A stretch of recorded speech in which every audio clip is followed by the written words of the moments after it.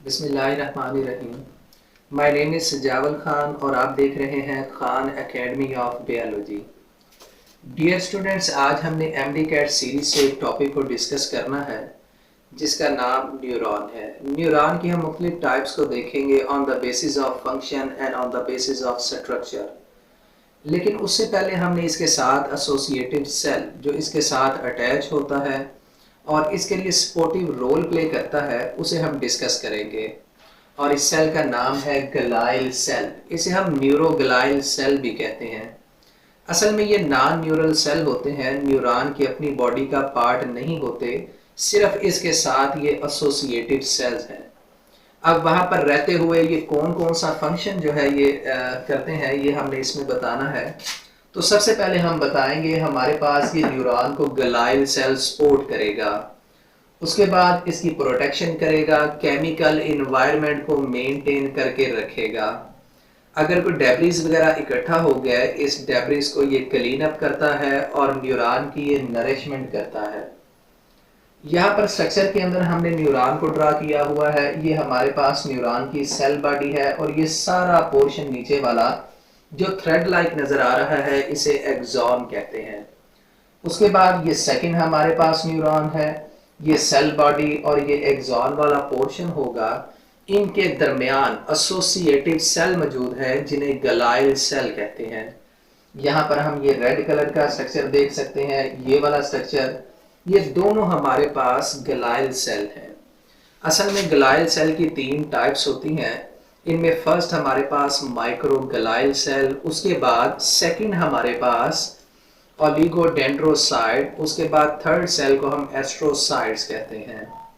यहाँ पर दो स्ट्रक्चर मेंशन किए हुए हैं हमारे पास। ये जो फर्स्ट वाला स्ट्रक्चर, ये जो रेडिश आपको नजर आ रहा है, इसको हम माइक्रोग्लाइल सेल कहते हैं। उसके बाद यहाँ पर ये वाला जो आपको सेल का स्ट्रक्चर नजर आ रहा है, इसे हम ओलिगोडेंड्रोसाइट कहते हैं। तो इनका फंक्शन हमने पहले ही डिस्कस कर लिया है।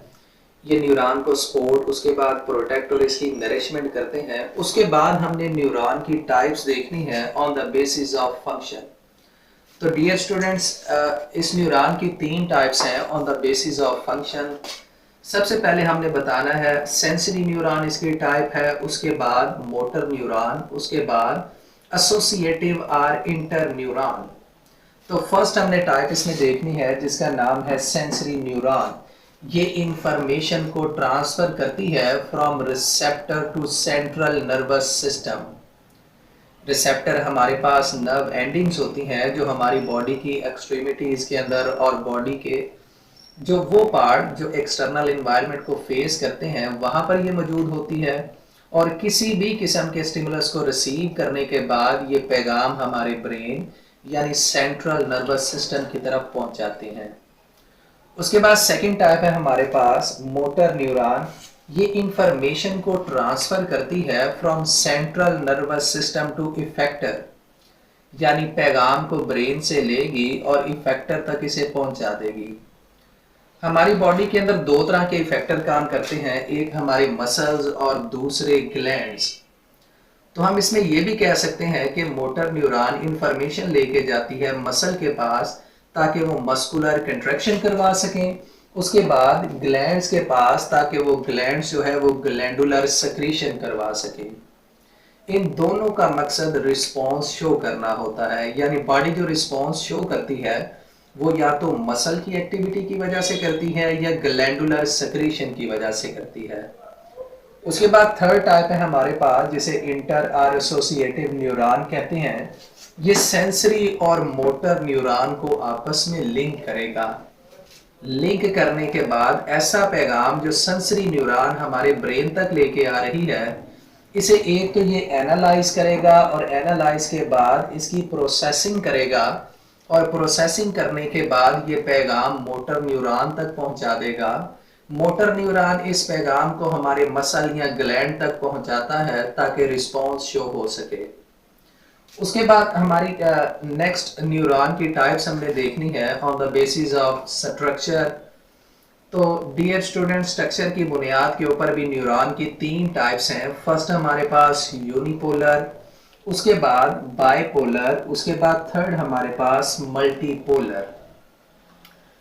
यूनिपोलर के नाम से ही जाहिर हो रहा है हमारे पास जो इसकी पोलर बॉडी या सेल बॉडी है उससे एक ही एक्सॉन निकलेगा, और ये एक्सॉन इस तरह ये सामने हमें नजर आ रहा है, एक तरफ से सेंट्रल नर्वस सिस्टम के साथ अटैच होगा और दूसरी तरफ से ये रिसेप्टर के साथ अटैच होगा। उसके बाद ये हमें डायग्राम के अंदर नजर भी आ रहा है, ये पोलर बॉडी है, ये सेंट्रल नर्वस सिस्टम, एक्सॉन और रिसेप्टर, बाइपोलर न्यूरॉन। इसमें से सेल बॉडी से एक तो डेंड्राइट्स निकलेगा और दूसरा एक्सॉन निकलेगा। ये स्ट्रक्चर हमें सारा ये डिस्क्राइब कर रहा है। ये हमारे पास इसकी सेल बॉडी, ये एक्सॉन, एक्सॉन टर्मिनल और डेंड्राइट। उसके बाद मल्टीपोलर न्यूरॉन के अंदर बहुत ज्यादा डेंड्राइट्स होंगे, यानी एक इससे एक्सॉन निकलेगा और मल्टीपल इससे डेंड्राइट्स निकलेंगे। हमारे पास यहाँ पर ये कई ज्यादा डेंड्राइट्स हैं जो सेल बॉडी के साथ अटैच हैं। उसके बाद ये एक्सॉन वाला पोर्शन है। तो डियर स्टूडेंट्स, ये हमारा टॉपिक था न्यूरॉन, इसका structure on the basis of function and on the basis of structure.